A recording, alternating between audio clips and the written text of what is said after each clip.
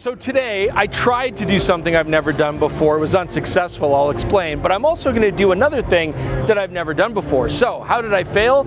I failed to avoid the Calgary Stampede. Yes, we're here at the Stampede, the greatest outdoor show on earth. You're going to hear country music, you're going to hear screaming, you're going to hear a few yeehaws here and there, and it's going to be great. But as most Calgarians, we sometimes try to avoid Stampede. Never works, always gets sucked back. The other thing I'm going to try to do, shoot the Calgary Stampede here with this. This is the new Laowa full frame version 2 8 to 15 millimeter fisheye lens. I can't remember the last time I've even tested a fisheye. It's been a long time, but I think it'll be a cool, wacky look for this cool, wacky outdoor show. I'm Chris Niccolls. This is PetaPixel. Welcome to the Calgary Stampede again.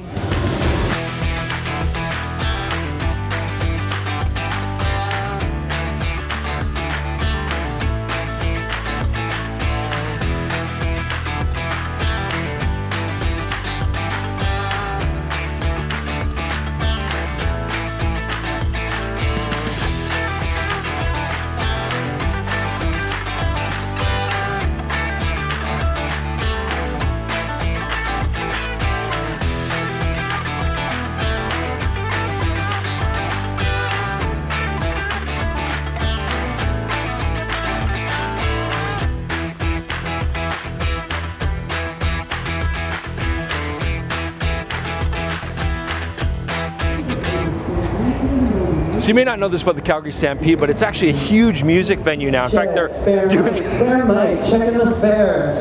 Okay, so obviously I just got interrupted by a sound check, but that's totally appropriate because you may not know this, but the Calgary Stampede is actually quite the music venue. Huge acts come every year, right out there on the Coca-Cola stage, to the point where now it's called Coachella.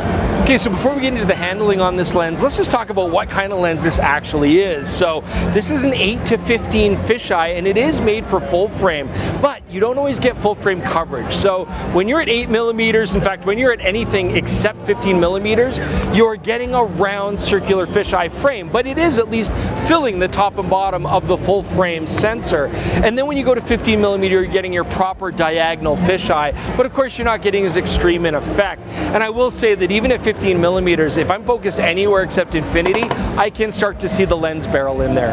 Now this lens does come in 4 mirrorless lens mounts. It's made for mirrorless cameras specifically, so you're going to get Z, RF, Sony E mount, and L mount. The only thing to keep in mind though is it's a completely dead lens, which is to say there's no electrical connection between the lens and the body, so you're not going to get any information for, IBIS to work properly. It'll still work, but you don't get the info for the focal range. You're not going to get aperture showing up in your EXIF data. Obviously it's manual focus. There's not a lot of focusing capability whatsoever, so that's always a little bit frustrating. We find that to be quite common on these third-party lenses.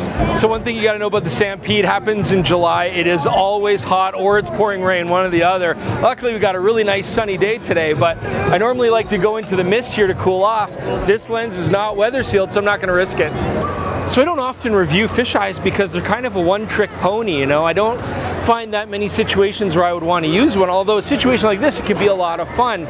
Also though, Laowa's pretty smart because there aren't that many fisheye lenses on the market for mirrorless, even less that are zooms, right? I mean, Nikon made their 8 to 15, it was a 3.5 to 4.5, that was for the older Nikon F mount for DSLRs. Canon made an also 8 to 15 f4, nice lens, but again, for EF mount. So you can adapt those two lenses, but frankly, it's not ideal, and they're still pretty pricey. I mean, if you want more budget-friendly option that's made for mirrorless and is a fisheye zoom, there aren't that many choices around, so I think this is a really good thing to look at.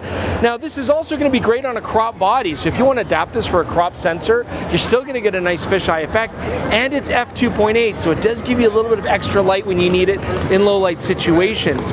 Now, this lens, of course, as I've already mentioned, doesn't have any electrical connections, but it is fairly compact. You just got to watch that front element. It's very well exposed. They got a big metal lens cap on there, which I should be using right now to keep it safe, but at 8 millimeters on a full frame sensor like this, I do get 180-degree coverage, and that can be a lot of fun when you get low and you just want to shoot the entire scene around you. Now this lens is not weather sealed, as I mentioned, but it's also not very heavy.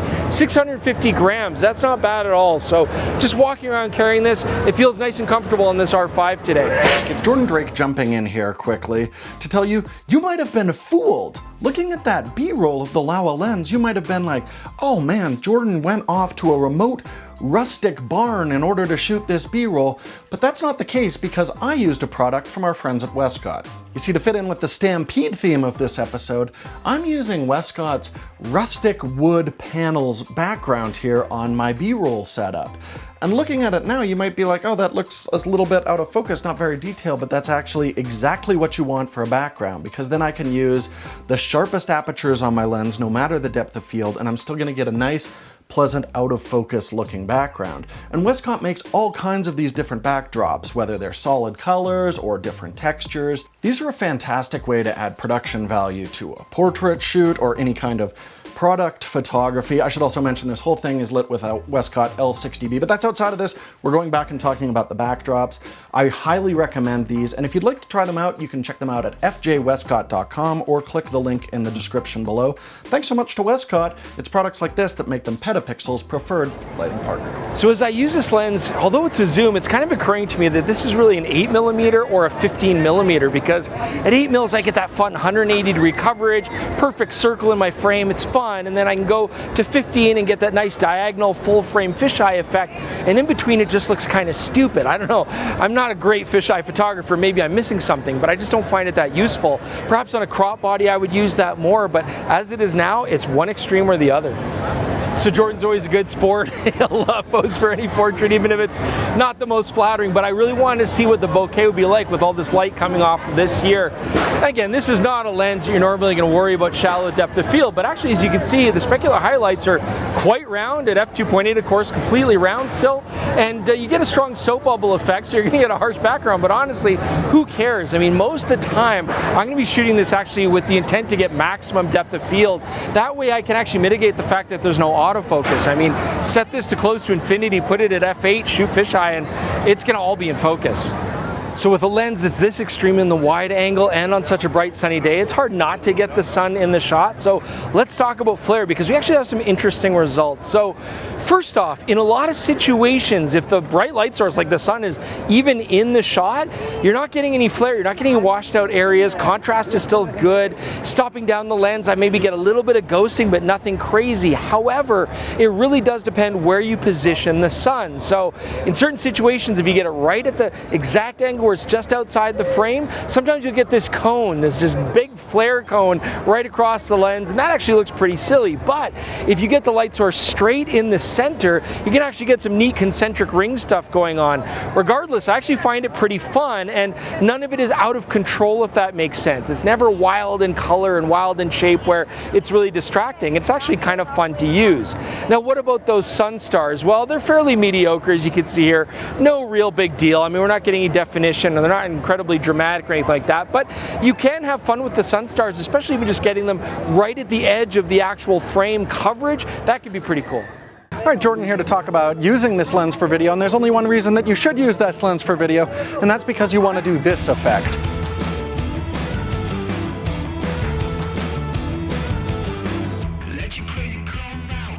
Over and over and over. And if you want to do that, this is the least expensive way to do it. But otherwise, just go get a normal fisheye lens. I don't know what to tell you. So I come to you now in front of the soon-to-be demolished Scotiabank Saddle Dome. This is a Calgary icon. I mean, I grew up with this, but it's about time. It needs to go. So let's talk about sharpness on this lens. I tested this at the 15mm range because I want to get the full sensor coverage to see this. And shooting wide open at f2.8 in the centers, you can see on our chart, actually really good detail. I mean, we got good contrast. It's sharp, you know, stopping down. There's ever so slight improvement, but it's very minor. So no issues there. But as you go off center, look at this. I mean, shooting at f2.8, focus specifically here, not even the extreme corner of the frame, it is starting to get pretty soft.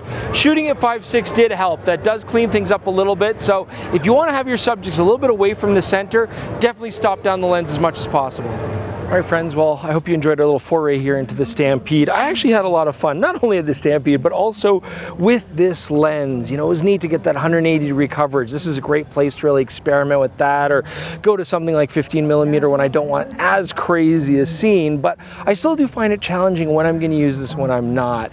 That being said though, if you are into fisheye lenses, this does actually make a lot of sense. I mean, yes, there are the inconveniences that we always experience with a lot of Laowa lenses and other third-party lenses where you don't get electrical connection, and that is really inconvenient. But at the same time, I feel like a fisheye is not a lens you're going to use all the time, so for the occasional time you want to use it, you can kind of deal with that.